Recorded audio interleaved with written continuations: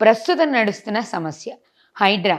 ఇప్పుడు అధికార పక్షంలో ఉన్న ప్రతి నాయకులు కూడా 10 ఏళ్లుగా బీఆర్ఎస్ ప్రభుత్వం చేయలేని ఓ అద్భుతమైన భగీరథ ప్రయత్నాన్ని మేము చేశాం. ఈ 10 ఏళ్లలో 2014 ముందున్న చెరువులెన్ని, వాటన్నిటిని పూర్తి చేసి ఆ అడ్డగోలుగా పర్మిషన్లు ఇచ్చి కన్స్ట్రక్షన్లు కట్టారు. దానివల్లే హైదరాబాద్ లాంటి మహానగరంలో కూడా వర్షం పడితే నీళ్లు రోడ్ల మీదకి వస్తున్నాయి. మేము ఇప్పుడు చెరువులు పూడిక తీసే ప్రయత్నం చేస్తున్నాం.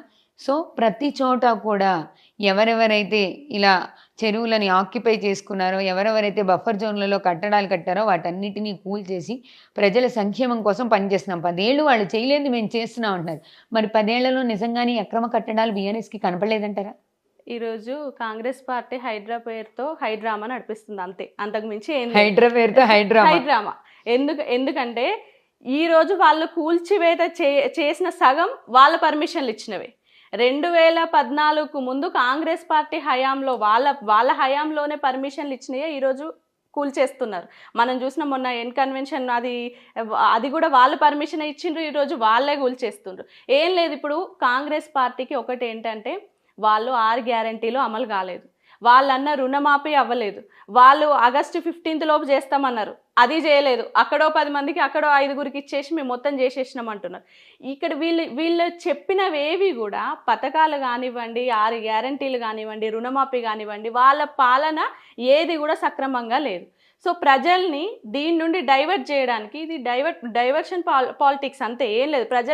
ప్రజల మైండ్ని డైవర్ట్ చేయడం కోసమని ఇది ఒక హైడ్రామా ఆడుతున్నారే తప్ప దీంట్లో ఏం లేదు. ఎందుకంటే కేసీఆర్ గారు తెలంగాణని బంగారు తెలంగాణగా రూపుదిద్ది ఈరోజు దేశంలో నెంబర్ 1గా చేసిన వ్యక్తి ఆయన చెరువులను పూడిక వీలు తీయడం ఏంటంటే, చెరువుల పూడిక అన్నది స్టార్ట్ చేసిందే కేసీఆర్ గారు. మరి ఈ అక్రమ కట్టడాలన్నీ 10 ఏళ్లలో ఎందుకు కనిపించలేదు మేడం? అక్కడ అక్రమ కట్టడాలు పర్మిషన్లు ఇచ్చిందే వాళ్ళు. అక్రమ కట్టడాలు అంటే నిజంగా అక్రమ కట్టడాలు కాదు, ఇదేంటంటే వేధిస్తున్నారు. మనం చూసినాం, ఇంకా మనం పేర్లు ఎందుకు మెన్షన్ చేయాలి కానీ ఎక్కడైనా కూడా అక్రమ కట్టడాలని చెప్పేసి వాళ్ళ దగ్గరికి వెళ్ళడం, కూల్చివేత చేయడము, తెల్లవారి వాళ్ళ కండవా కప్పుకున్న తర్వాత ఆ కేసు మళ్ళీ క్లోజ్ అవ్వడం. మనం ఇప్పుడు రీసెంట్గా మన పక్కనే ఉన్న ఎమ్మెల్యేని చూసినాం. ఇట్లా చాలామంది ఇదే వాళ్ళ పని ఏంటంటే ఈరోజు భయపెట్టి వాళ్ళని మొత్తం వాళ్ళ కండవా కప్పుకోవాలి, అందరూ మళ్ళీ కేసులన్నీ క్లోజ్ చేయాలి అని ఒక హైడ్రామా తప్ప ఏం లేదు. అక్రమ కట్టడాలు ఎక్కడున్నాయండి?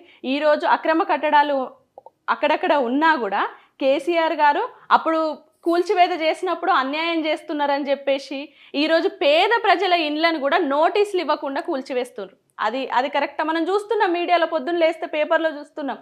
వాళ్ళకి అసలు ఇల్లు, ఒక పేద ప్రజలు కట్టుకున్న ఇండ్లను నోటీసులు ఏవి లేకుండా మీరు కూల్చివేయడం ఎంతవరకు కరెక్ట్? ఇవన్నీ ఏంటంటే కేవలం ఇది ఒక హైడ్రామా, డైవర్షన్ పాలిటిక్స్ తప్ప, అంటే జనాల దృష్టి మళ్లించడమే తప్ప కాంగ్రెస్ పార్టీ ఇప్పుడు ఫస్ట్ వాళ్ళు చేయాల్సింది ఏంటంటే రుణమాఫీ.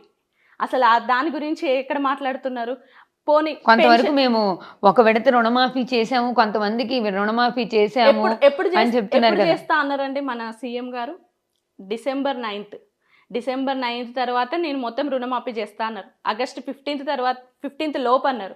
ఈరోజు ఇప్పటికి కూడా మొత్తం రుణమాఫీ చేయకుండా వీళ్ళు ఇవన్నీ ప్రజల్ని మభ్యపెట్టి ప్రజల్ని ఇప్పుడు వాళ్ళని డైవర్ట్ చేయడానికే తప్ప వాళ్ళ పాలన కరెక్ట్గా లేదు. దాని నుండి వాళ్ళని మళ్లించడానికి ఇవన్నీ ఆడుతున్న ఒక డ్రామానే తప్ప ఇందులో ఏమి, అంటే ప్రజల ఆలోచనని మార్చడం కోసం, దారి తప్పించడం కోసం చేస్తున్నారని మీరు అంటున్నారు. నిజమా అబద్ధమా అనేది ప్రజలు నిర్ణయిస్తారు మేడం.